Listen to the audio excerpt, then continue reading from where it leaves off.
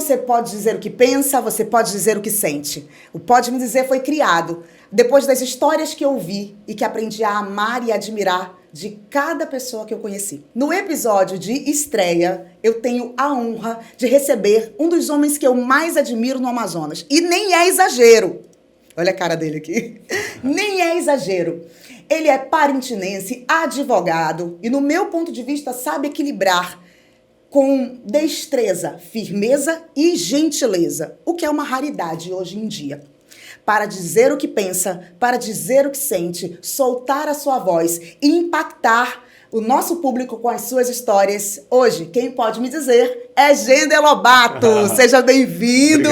Obrigado, Dani. Um prazer muito grande estar aqui com você. No Pode Me Dizer. Isso. E a gente está aqui para responder e conversar sobre todos os assuntos que você quiser. Oh, coisa boa, que maravilha! Gender, hoje você está como presidente da Manaus CUT. E no meu ponto de vista, olha a barbeiragem aqui, o iPad, tá tudo bem, pode deixar ser bem, por mim pode soltar essas coisas. Vamos lá. Gender, você está como presidente da Manaus CUT. No meu ponto de vista, e esta é a minha opinião, você hoje posso te considerar o porta-voz da cultura no Amazonas. Como foi abraçar esse grande desafio de se tornar esse porta-voz, esse incentivador, esse defensor da cultura? Olha, primeiro, para mim é uma satisfação muito grande poder ser presidente da Manaus CUT. Eu não imaginava que eu viraria presidente da Manaus CUT, então eu tenho um profundo agradecimento ao prefeito Davi pela oportunidade que ele me deu, porque eu estava num período sabático, eu tinha saído do Boi Caprichoso e estava em umas férias. Eu disse, eu vou tirar esse ano para eu ficar de férias, para eu aproveitar minha família, recuperar o tempo perdido que eu fiquei longe da minha esposa e dos meus filhos, 4 anos longe, e de repente veio esse convite maravilhoso do prefeito Davi. Eu que fui advogado da Manaus CUT lá atrás, eu era RDA da prefeitura, pedi exoneração naquela época, poderia estar até hoje como advogado da Manaus CUT, e de repente assumo esse cargo que para mim é de profunda relevância, porque eu tenho hoje a oportunidade de trazer os artistas para próximo do poder público e recuperar também esse tempo em que o poder público ficou distante e ausente das políticas de cultura, das políticas do turismo, das políticas dos grandes eventos. Então, para mim é um privilégio muito grande. O que aquele curumim da francesa trouxe para Manaus CUT que faz a diferença? Primeiro, eu acho que a simplicidade, um pouco da experiência de vida, de estar do outro lado do balcão, de poder sofrer na pele o que pessoas humildes sofrem, porque eu sou de uma origem muito humilde, né? Eu sou da Francesa, do Palmares, ali bem da divisa dos dois bairros, que são bairros muito pobres de Parintins, e que vim para Manaus com o intuito de tentar dias melhores. E quando você vem para Manaus, a vida não é fácil. Sair de casa, ficar longe dos pais já não é tarefa fácil. Desafiador. No momento em que a comunicação ela era quase zero, porque você não tinha celular, você não tinha telefone residencial, você não tinha como falar com seus pais. Eu me comunicava com meus pais através de carta. Então, tudo para mim, eu não preciso de motivação para trabalhar, porque a motivação eu já tive. Desde o dia que eu saí de barco de Parintins, fiquei 2 dias viajando para chegar em Manaus para buscar dias melhores. Então, isso para mim é algo assim que é inexplicável e que é algo que eu nunca vou esquecer. Como foi para você começar a entender no teu processo profissional? Você é advogado, o advogado por si só ele é um argumentador. Como foi para você entender que daquele curumim lá do interior eu tenho que falar? É a minha voz que vai argumentar. Como é que foi esse momento de soltar a voz e argumentar? Eu passei por muitas fases, né? Eu já fui do diretório acadêmico, então já fui muito questionador, já fui muito polêmico. Quem me vê hoje assim, calmo, tranquilo, mas eu já fui um cara muito polêmico. Eu fiz faculdade de Direito, né? Então eu era sempre muito questionador, eu era sempre muito das discussões, sempre com educação, mas discussões muito ásperas, às vezes, em sala de aula, discordar de professores, discordar de colegas de opinião e tudo mais, polemizar mesmo. E depois, com o tempo, eu fui amadurecendo e deixando discussões bobas para lá, mas, ao mesmo tempo,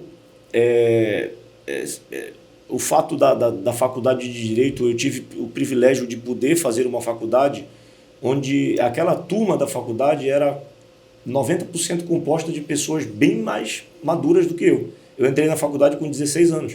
A minha filha tem 16 anos hoje e faz o primeiro ano do ensino médio. Isso. Eu entrei com 16 anos na faculdade. Então, me formei jovem demais. Me formei com 20 anos. Fiz a prova da OAB em março, completando quase 21 anos ali, que eu fiz em maio, 21. Então, isso tudo foi um processo que foi me levando a chegar onde eu cheguei hoje. Foi construído esse processo. De pouco em pouco. E, na verdade, os meus colegas eram muito maduros. E eu sempre escutava dos meus professores que você aprende mais nos corredores da faculdade do que dentro da sala de aula. E isso é verdade.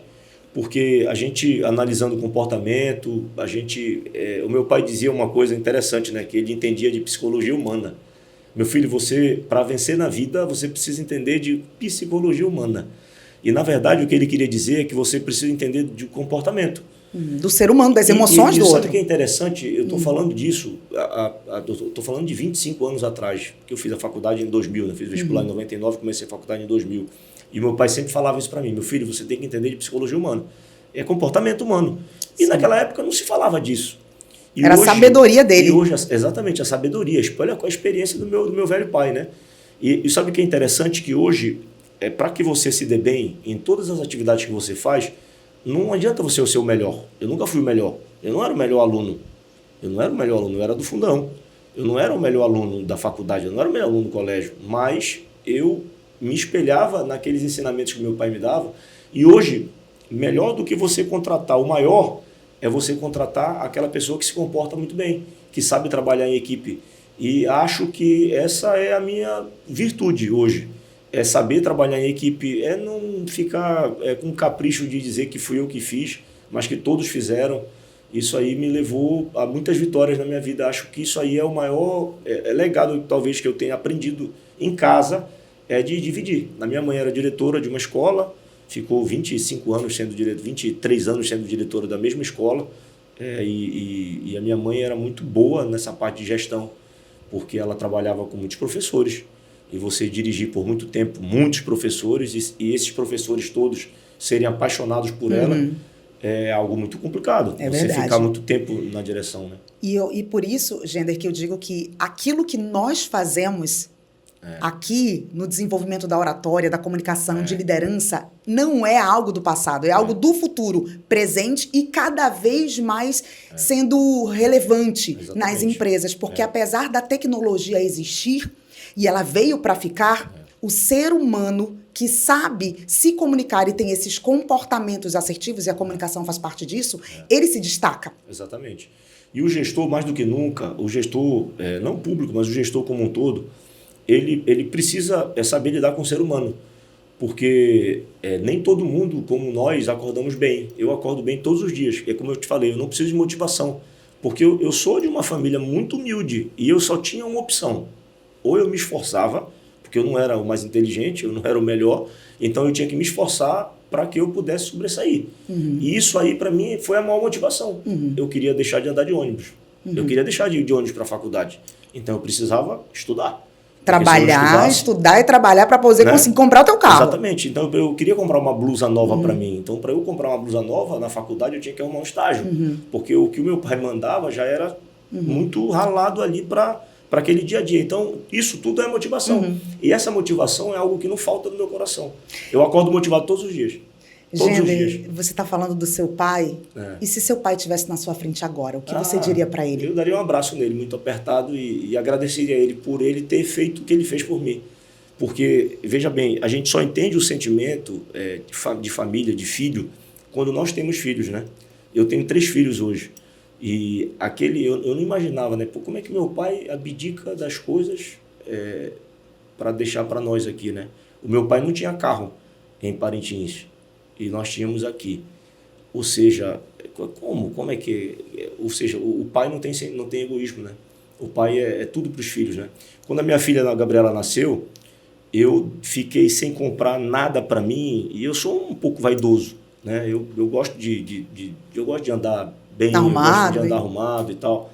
E o advogado precisa disso, Sim. que eu aprendi, que você tem que estar com as unhas feitas, Isso é você tem que verdade. estar cheiroso, você tem que estar com o cabelo cortado, você tem que estar arrumado, porque você vende a sua imagem. Inclusive, isso é o básico para a advocacia, né? Exatamente, e você vende a sua imagem, você vive da sua imagem. E eu lembro que quando a minha filha nasceu, a Gabi, eu fiquei mais de um ano sem comprar absolutamente nada para mim. Tudo era para ela. E ali eu entendi o que é você abdicar das suas coisas por uma criança, né? Por um filho, né? E é exatamente isso. Então eu sou gratidão aos meus pais, porque imagina você manter duas famílias, uma família em Parintins e outra família em Manaus, onde tudo era muito difícil. Um funcionário público que ganhava um salário pequeno, junto com a minha mãe professora, que hoje o professor não é valorizado como deveria ser. Mas você imagina isso há 30 anos. Aí era menos ainda. Nesses momentos de grande decisão que você precisa tomar, de problemas que você enfrenta, e você já viveu muita coisa, em algum momento você já parou e disse, cara, o que meu pai faria no meu lugar? Se ele pudesse me dizer alguma coisa, o que ele me diria agora? Eu consigo raciocinar muito rápido nisso, porque eu sou filho caçula, né? De 3 irmãos. Então, eu tenho mais 2 irmãos.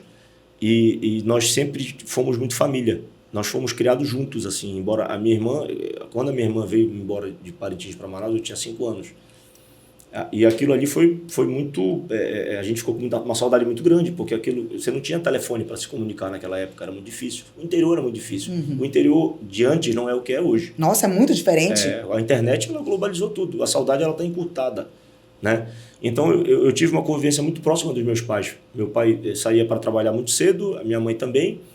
E a minha mãe era diretora de uma escola, então eu estudava de manhã na escola, que ela era diretora, e à tarde eu não tinha babá, então eu tinha que ir com ela para a escola. E lá eu ficava comportado ali e tudo mais. Então, assim, eu tive o privilégio de conviver muito próximo dos meus pais. Então, é muito fácil pensar como eles agiriam naquilo. Porque eu via os problemas que os meus irmãos tinham, e eu sempre estava próximo dos meus pais ali, e eles tomavam aquelas atitudes daquela forma. E é impressionante a sabedoria, né? E a gente só entende isso depois que a gente amadurece. Como meus pais eram sábios, que lidavam com problemas grandiosos naquela época, assim. Então, isso aí é fácil para raciocinar qualquer coisa. Maravilhoso. Eu consigo me colocar no lugar deles e eu sempre tenho muita calma para resolver tudo. Sabe, Gender, eu atendendo cada pessoa, eu digo mesmo que eu honro a história de cada pessoa que senta na minha frente. Porque cada pessoa traz os seus aprendizados, as suas dores, as suas marcas. Então, ouvir essas histórias foi um dos motivos pelos quais eu criei esse podcast. Porque você tem tanta história linda que às vezes as pessoas têm dificuldade de contar a própria história, de honrar a própria história. E aqui a gente consegue trabalhar até num processo, por exemplo, alguém que tem dificuldade de ser um porta-voz, por exemplo, aqui no nosso treinamento, então a gente consegue desenvolver essa habilidade para que ele honre essa história. E você foi porta-voz do Boi Caprichoso como presidente do Boi Caprichoso. Nossa, Boi Caprichoso. Pausa. Aplausos para ele. Matheus. Aplausos para o Gender Lobato, que foi presidente do Boi Caprichoso, o presidente bicampeão também.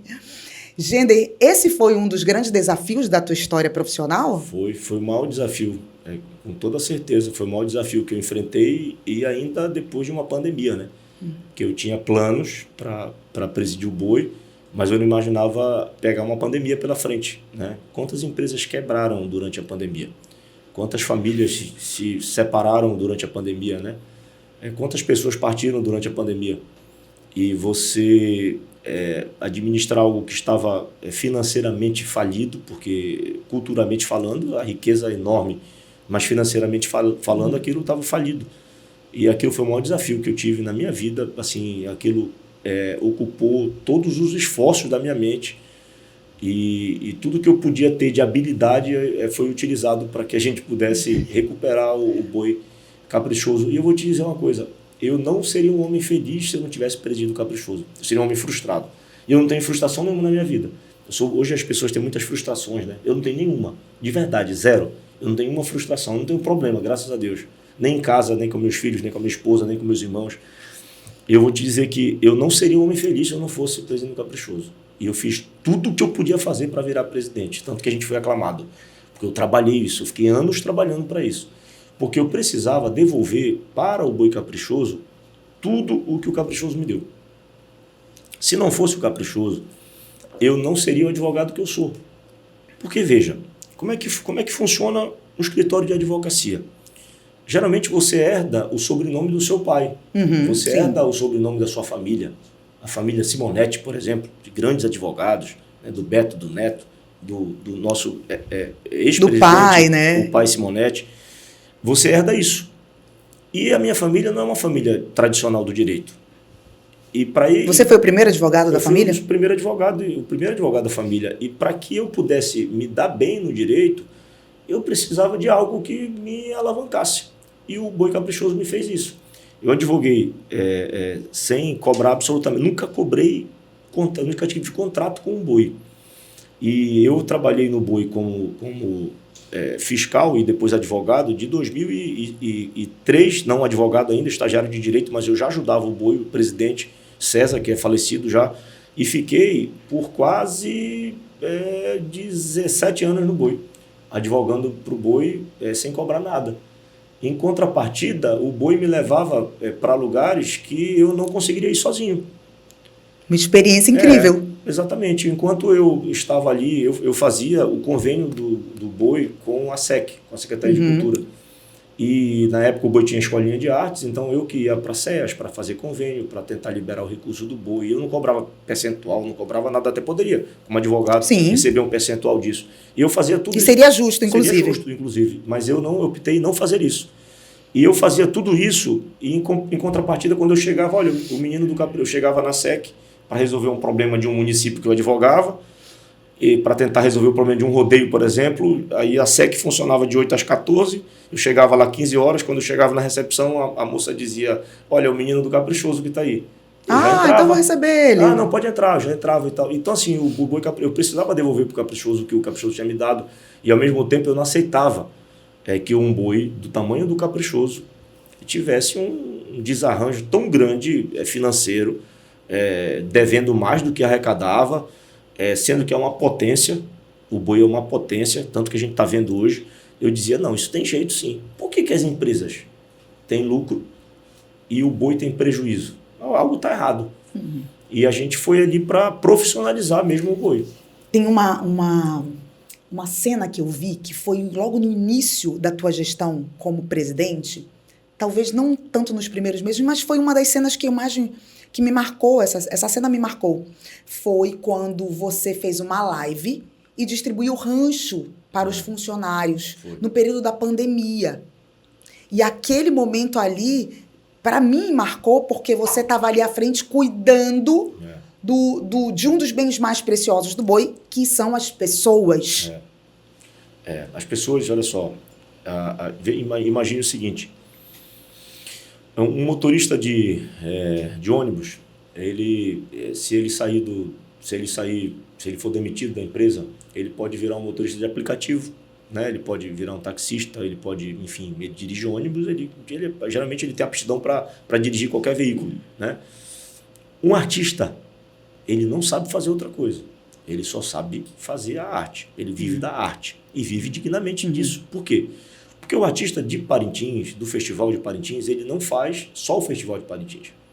Ele faz o Festival de Parintins, um mês depois ele vai para Juruti fazer o Festival de Juruti, depois tem um festival de Faro no Pará. Tem o Festival de Cirandas de Manacapuru. Aí depois ele vai para Manacapuru, depois ele vai para Nova Olinda, depois ele vai para Fonte Boa, depois ele vem para o Festival de Manaus, depois ele vai lá para Tabatinga fazer...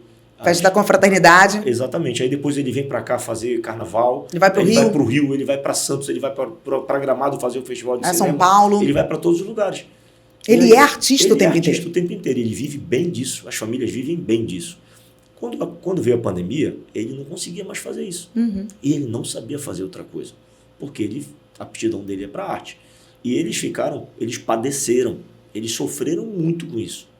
E eu ficava, toda vez que eu ia almoçar, que eu ia tomar café, que não faltava nada para mim, eu ficava preocupado com essa turma, porque eu tenho amizade com eles. Não era presidente e funcionários, não, era uma amizade. A gente tinha tínhamos o nosso jogo de futebol, a gente jogava futebol 2 vezes na semana, a gente se encontrava sempre, a gente fazia churrasco juntos, a gente assistia jogo do Flamengo na minha casa. Então, assim, era uma relação que eu tinha com eles, que foi construída ao longo dos anos. E aí aquilo ali me impressionou muito. E aí a gente começou a fazer as lives para arrecadar alimentos. E eu vou te falar que nós fomos um dos primeiros eu acho que no Brasil, a fazer isso. Eu lembro, foi logo no início. Foi logo no início, foi até loucura isso aí. Eu lembro que nós fizemos uma live com 8 pessoas. E eu sou muito grato a essas pessoas que estavam lá no estúdio, porque a gente se divertiu naquilo. A gente não podia fazer nada, a gente não podia se abraçar, todo mundo de máscara. E aquilo era um protocolo mesmo, a gente levou a sério aquilo.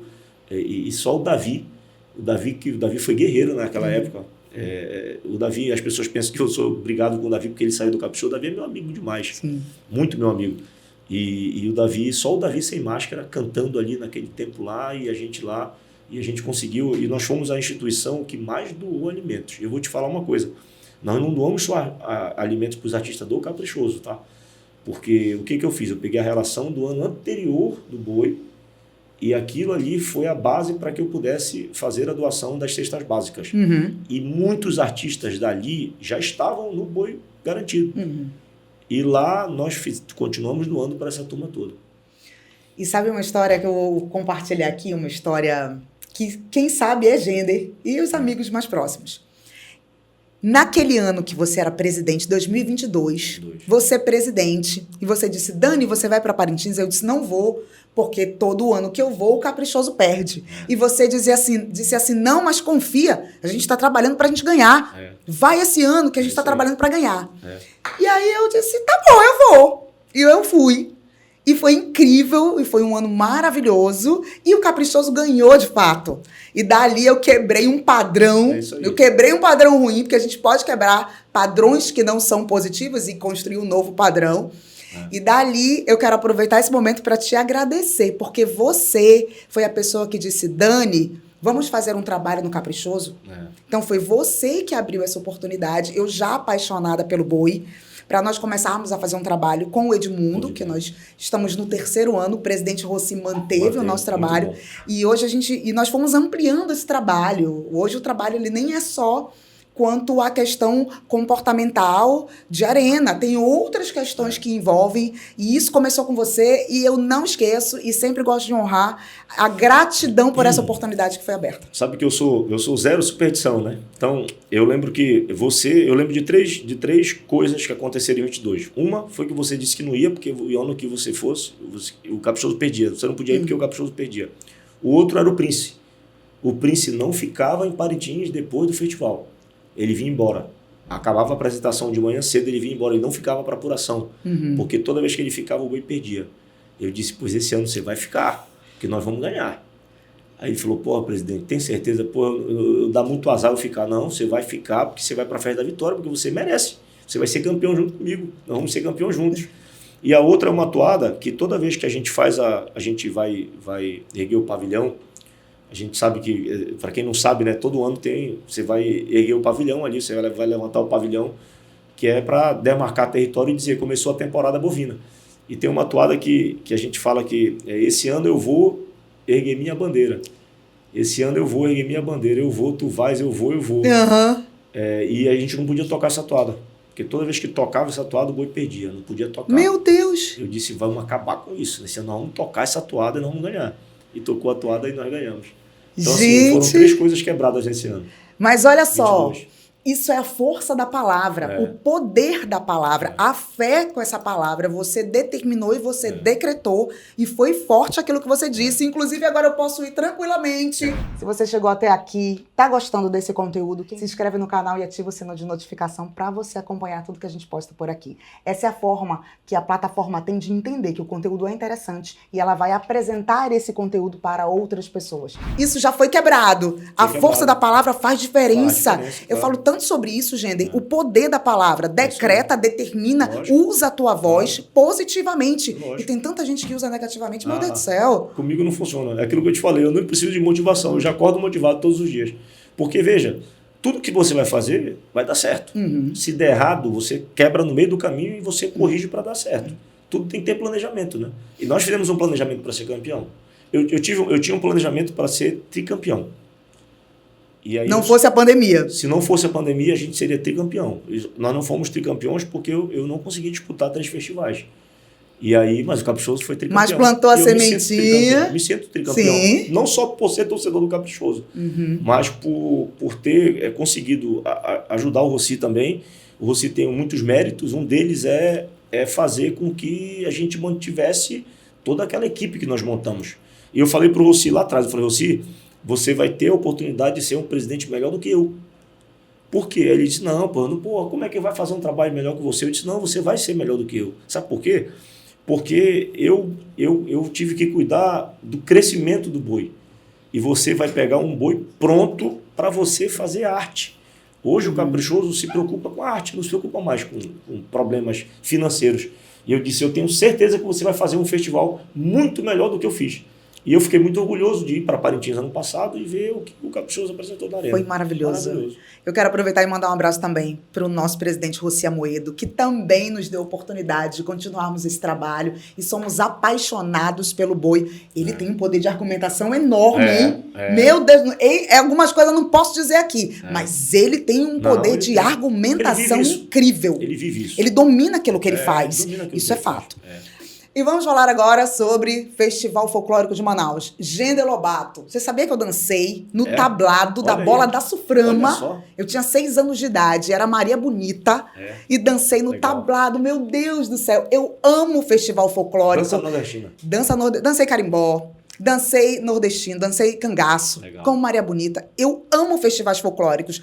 E é nítido que você procurou desenvolver um trabalho para chamar mais atenção e resgatar todo esse valor do Festival Folclórico de Manaus. Conta pra gente um pouco sobre isso, como você fez esse trabalho. Na verdade, eu tive um pouco de sorte nisso, porque o prefeito, Davi, ele é do Morro. Então ele saía do Morro para assistir os tempos áureos do Festival Folclórico na Bola da Suframa. Então foi ele que levou de novo para a Bola da Suframa. E ano passado, quando nós chegamos na Manaus Cult, foi feito um trabalho maravilhoso no festival e tudo mais, mas eu percebi que era um espetáculo muito frio, embora houvesse um esforço muito grande de todas as danças, mas era um distanciamento, que se fazia um palco lá no fundo da Bola da Suframa, lá no fundo da arena. Nossa, era mesmo. E ficava muito distante das pessoas, então era frio para quem dançava e era frio para quem assistia. O que eu fiz? Primeiro acabamos com o palco.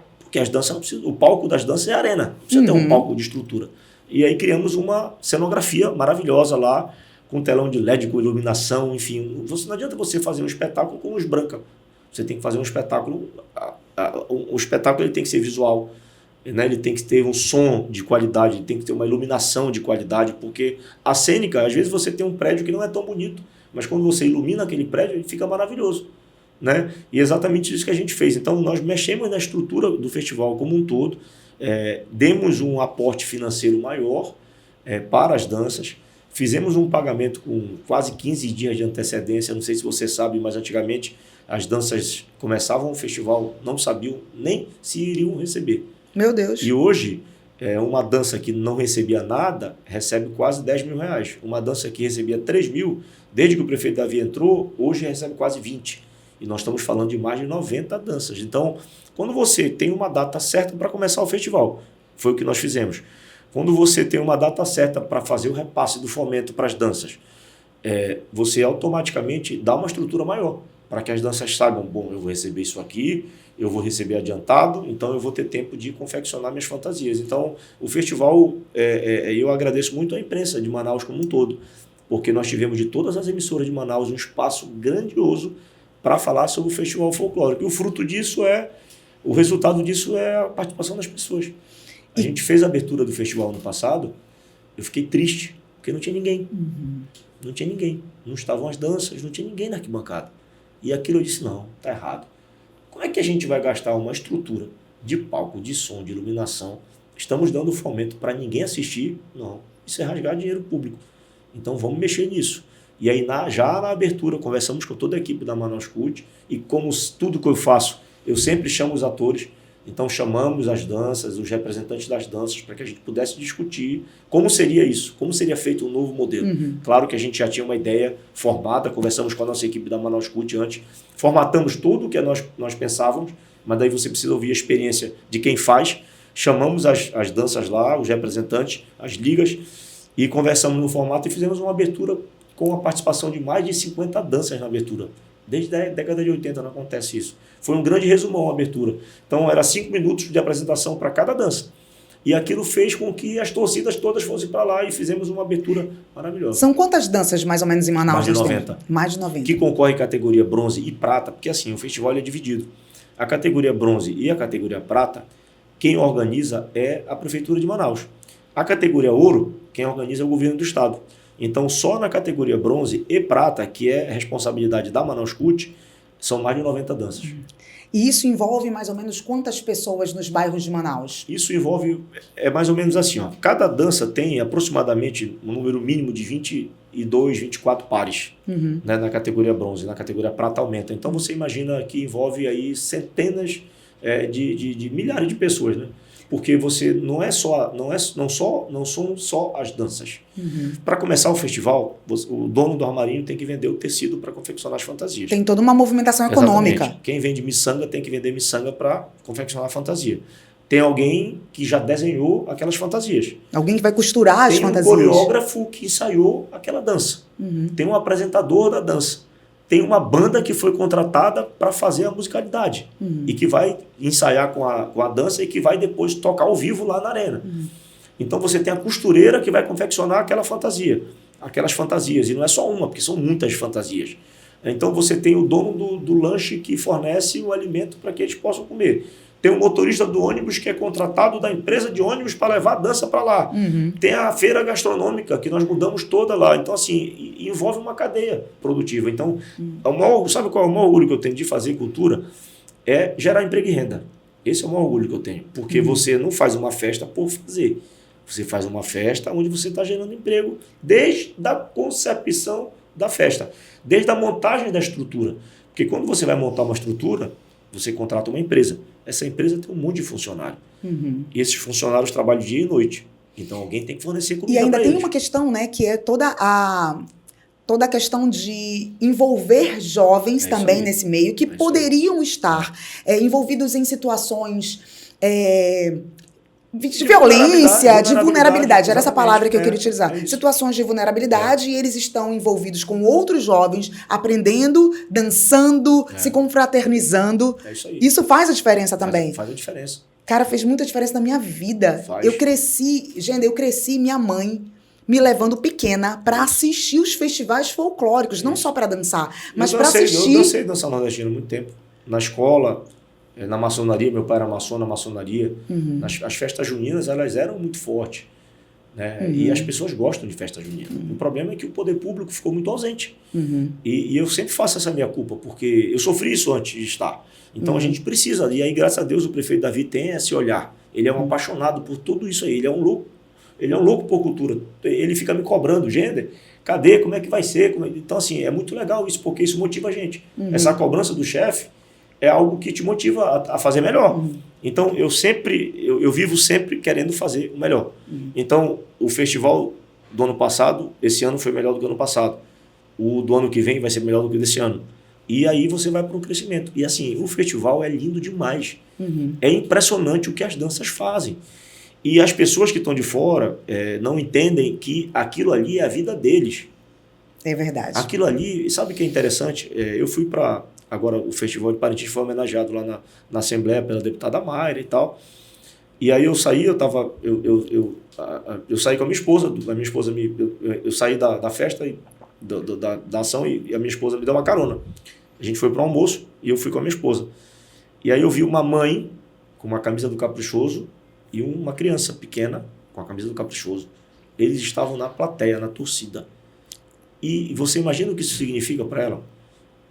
Ela saiu de lá, veio de ônibus, vai voltar de ônibus. Então a gente precisa levar a sério isso. Isso é porque isso é a vida das pessoas. A gente vê ali, eu vi na terça-feira, uma cena que ficou marcada para mim na terça-feira, que foi o dia que nós começamos a disputa oficial. Foi um senhor jovem de uns 60 anos mais ou menos, com a filha. Eu imagino que aquilo seja a filha, ou a neta, sei lá.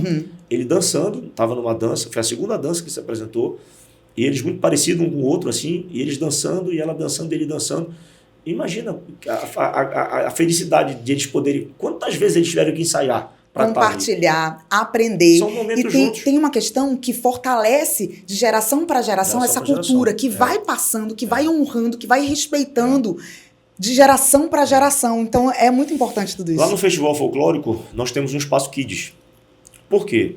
Porque as famílias vão para lá para assistir, elas têm que ter um espaço para comer. Então, nós revitalizamos toda a praça. A gente fez, olha só, embora não seja nosso, o espaço da Bola da Suforma não seja nosso, a Prefeitura de Manaus entrou com uma super equipe para reformar tudo o que precisava ali. Para dar condição devida. Para capinar, para iluminar, porque estava bem complicado. E nós conseguimos isso. E tivemos essa liberdade da SEC, e agradeço aqui o nosso secretário Caio, que autorizou a gente a fazer todos aqueles serviços. Então nós fizemos uma repaginada na feira gastronômica, que tem muitas comidas típicas maravilhosas lá, e nós temos um super espaço Kids, com pula-pula, com brinquedos infláveis, ou seja, para que as crianças possam ir. Porque se as crianças não aprenderem que aquilo é bom, daqui a 20 anos não tem mais ninguém lá.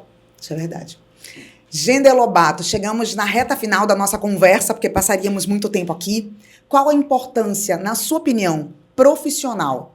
Qual a importância da oratória na vida de um profissional que quer se destacar? Ela é 1000%. Todo mundo precisa ter esse conhecimento de oratória. Porque eu fui candidato em 2013 a presidente do Boi, perdi aquela eleição. E uma das coisas que me frustrou naquela eleição foi a minha primeira reunião. Eu fiz um lançamento de campanha gigantesco na frente do curral do Caprichoso. Aquilo ali estava entupido de gente, estava até o tucupi, como diz a nossa toada. E só boa noite eu dei umas 4 vezes, porque quando eu subi ali no palanque, me deu um branco muito grande. Eu não fiquei nervoso, mas eu não sabia o que falar. E a partir dali eu disse, não, está errado, eu preciso melhorar. Como é que eu vou me comunicar com as pessoas? Então, assim, quem sabe se comunicar com as pessoas é tudo. Hoje a comunicação é tudo. E as redes sociais estão aí para isso. E aí eu devo favores eternos para 2 pessoas. Uma é o meu amigo Hernando Reis, que partiu na pandemia, porque ele me deu naquele momento, me deu DVD, na época do DVD ainda, DVD do Barack Obama, e me deu livros e me colocava para fazer curso e tal, e devo a você, que foi a pessoa que me trouxe a oratória profissional. Você me deu esse conhecimento, você me deu a segurança, e eu lembro que o Hernando dizia, Genda, é muito fácil falar do que nós sabemos. Você só precisa argumentar, você só precisa organizar isso aí. E quando eu tive aquela oportunidade de fazer um curso com você via online, né? Foi online na pandemia. Uma live, acho que tinha mais uma colega, acho que Karen, eu lembro bem que ela era advogada, né? Acho que até foi embora de Manaus. Isso, foi embora. E foi uma turma maravilhosa. E eu vou te contar um segredo. Eu estava fazendo o curso e a Lígia ficava do meu lado na cadeira escondida ali, também anotando tudo e tudo mais, e depois eu ia estudar. Porque aquela história, o que eu não sei fazer, eu vou estudar. Então, assim, a oratória, eu fico muito grato a você, Dani, por todas as nossas conversas, pelo que você me ensinou. A minha vida mudou uma chave de lá para cá, e depois eu indiquei muitas pessoas. Indicou muitas pessoas, nossa! Muitas pessoas, muitos amigos, e várias outras pessoas que eu não lembro agora, indiquei por quê? Porque tudo que é bom, eu quero compartilhar com os outros. Então, assim, eu sou muito grato a você pelos ensinamentos, pelas dicas, você sempre me ligava, olha, gostei muito do que você falou, Gender, foi muito bom, eu acho que tem que melhorar nisso. E eu sou uma pessoa que não tenho problema nenhum com as críticas. Eu estou tentando crescer cada vez mais. E aí, todas as vezes que você me ligava, toda vez, olha, Gender, nós temos que falar assim, nós temos que falar isso. E o que é bom para mim, eu compartilho com os outros. E foi por isso que eu coloquei você para dar ensinamento para o Edmundo. E o que o Edmundo era e o que o Edmundo é um absurdo hoje. É um absurdo. O Edmundo está voando muito alto. Muito alto. Eu tenho muito orgulho disso. Porque esses meninos estão como se fossem filhos para nós. Né? E, Gender, assim, eu tenho tanto orgulho também de você. Eu não cito que eu atendi os clientes por conta do nosso termo de confidencialidade. Coloca um pizinho, tá? Nos nomes que ele falou. Mas quando o cliente vem aqui, geralmente eles falam. Mas são eles que falam, então foi você que compartilhou. Mas quando eu te vi, quando eu te vi naquela live, meu Deus do céu, que eu vi você fazendo o discurso, eu nunca esqueci daquele dia. E eu não sou muito bom de discurso lido, sabe? Eu até, às vezes, o Alexandre escrevia para mim um discurso. O Alexandre é meu parceiro. Carlos Alexandre? Carlos Alexandre é meu parceiro, meu amigo do peito. Maravilhoso, maravilhoso ele. Desde 2013 nós somos amigos e eu tenho um carinho grande pelo Alexandre. Quero o Alexandre muito bem. Estou muito feliz do Alexandre ser secretário de comunicação, porque ele é muito preparado. O Alexandre é um dos jornalistas mais completos que eu conheço na minha vida, porque ele faz rádio muito bem, ele faz televisão muito bem, ele faz rede social muito bem, ele apresenta um evento muito bem, ele narra jogo de futebol. Eu falei para ele assim, o nome dele, eu disse Carlos Alexandre, o teu nome dispensa comentários. Quando você fala Carlos Alexandre... E a gente fazia muitas lives, né? E eu ficava... aquilo era um treinamento para mim, né? E assim, eu sou muito, muito grato, Dani, por tudo que você me ensinou mesmo. E depois dali, eu fiz outros cursos online. E aí eu fiz um curso com o Reinaldo Polito, online e tal. E aprendi algumas coisas também, mas eu disse, mas nada se compara ao que a Dani faz. Porque você ali deu ensinamento pra gente de oratória, você deu ensinamento de redes sociais, coisas bobas. Olha, se você for fazer um vídeo, tem que estar iluminado. Se você for fazer um vídeo, tem que ter um microfone para a tua voz ficar melhor. Então, assim, são detalhes que você não aprende num curso comum. Você aprende num curso aprofundado. E naquele momento eu fiz um curso online. Mas você conseguiu, sabe, eu era muito ali, foi a primeira vez que eu fiz alguma coisa online. Eu era totalmente contra. Não, para mim tem que ser presencial. E a partir dali eu vi que fazer algo online é maravilhoso. E você sabe que eu criei um curso online em 30 dias? Olha só. Aconteceu, a pandemia desfechou, não vou deixar de fazer o curso. E o nome era Oratória de Impacto. Isso. E eu te falo, aquilo foi impactante para mim. Meu Deus do céu, que maravilha, gente. Que honra. Eu sou muito... eu sou de uma família cristã, né? Então, a gente é acostumado a ver muitos pastores, né, falando e tudo mais. E para mim, um pastor que arrebenta no discurso, eu sou fãzaço dele, é o pastor René Terra Nova, que para mim é um cara completo de oratória, é meu amigo, inclusive, tenho o maior carinho por ele. E eu sou muito exigente. Então, depois daquilo ali, eu nunca mais parei de ficar prestando atenção. Analisando a oratória. Eu já ia te perguntar, alguém que tem uma oratória que você admira, mas você já falou, o pastor, e me diz... O prefeito Arthur, quando o senador... ele tinha uma oratória muito firme, assim, né? Então ele era uma pessoa também que na época eu me inspirei muito no Arthur, assim, eu tinha muita... O Arthur era uma pessoa que tinha uma oratória que era algo impressionante, assim, para mim. Ele tinha realmente, depois de um tempo eu confesso que eu comecei a achar que ele ficou prolixo demais. Ficou. Mas por isso que a gente precisa se atualizar sempre. No auge da sua juventude ele era... impressionante. Ele no Senado debatendo, e eu morava em Brasília nessa época. Muita firmeza, eu ia pro né? Senado ficar assistindo aquilo, eu babava naquilo ali. E para a reta final da nossa conversa, que a minha equipe está olhando bem assim para mim. Tempo. Me diga, uma toada. Meu amor é caprichoso. O que você pode me dizer que você não disse em nenhuma entrevista? Nada, não tem. Eu sou muito feliz, muito realizado. Eu sou realizado em todos os sentidos da minha vida, graças a Deus. Eu sou muito grato a Deus por isso. E para quem você gostaria de mandar um recado agora? Essa é a sua câmera. Vou mandar um recado para minha esposa, Lígia, que sempre esteve comigo em todos os momentos. Eu tive o privilégio de conhecer a Lígia quando ela tinha 13 anos de idade e a gente começou a namorar com 16 anos. E nós estamos hoje vamos fazer 17 anos de casados. Entre namoro, nós começamos a namorar exatamente em 2004. Estamos juntos até hoje. Me deu 3 filhos maravilhosos, que eu sou apaixonado. Tive o privilégio de beijar 2 antes de sair de casa, porque a mais velha estava dormindo. E eu mando um recado especial para ela, de muito amor, de muito carinho, de muito companheirismo e principalmente de gratidão por ela estar em todos os momentos da minha vida me apoiando como uma companheira. Porque todo mundo reclama, né, da vida de casado, muita gente reclama. E tudo que eu tive, eu conquistei depois de estar casado. Então, ela é o meu amor todo. Ai, que lindo, que coisa maravilhosa. Que frase você pode dizer, pode deixar para o nosso público como uma frase inspiradora? Que você tem que lutar para que os seus sonhos, todos eles sejam realizados, para que você não tenha frustrações. Né? Então, eu fui uma pessoa que lutei pelos meus sonhos, todos eles. Eu já realizei quase todos os meus sonhos. Então, a minha vida ela tem muitos projetos, né? Eu tenho projetos para o futuro e esses projetos eu trabalho todos os dias para que eu possa ser um ser humano melhor, que eu saia de casa sem ofender ninguém. Eu já fui muito ofendido. Você vem de família pobre, você é humilhado, principalmente em repartição pública. É impressionante como você é humilhado nas repartições públicas. Eu trabalho para que as pessoas tenham dignidade, porque você precisa, toda vez que você sai de casa, ano passado no Sou Manaus eu disse para a equipe que vai, vocês precisam tratar bem as pessoas que vêm para cá. Não tragam problemas para cá, vamos trazer soluções. Então, a minha inspiração é poder fazer o bem pelas pessoas e tratar todos com respeito, dignidade e carinho. Muito obrigada, Gender Lobato. Obrigado. Muito obrigada a você que nos acompanhou. Hoje, no Pode Me Dizer, eu recebi Gender Lobato, que me contou muita coisa. E você que acompanhou até aqui, o que você pode dizer sobre essa mensagem que ele trouxe e as histórias que ele contou? Deixe seu comentário e eu espero você na próxima edição do nosso podcast Pode Me Dizer.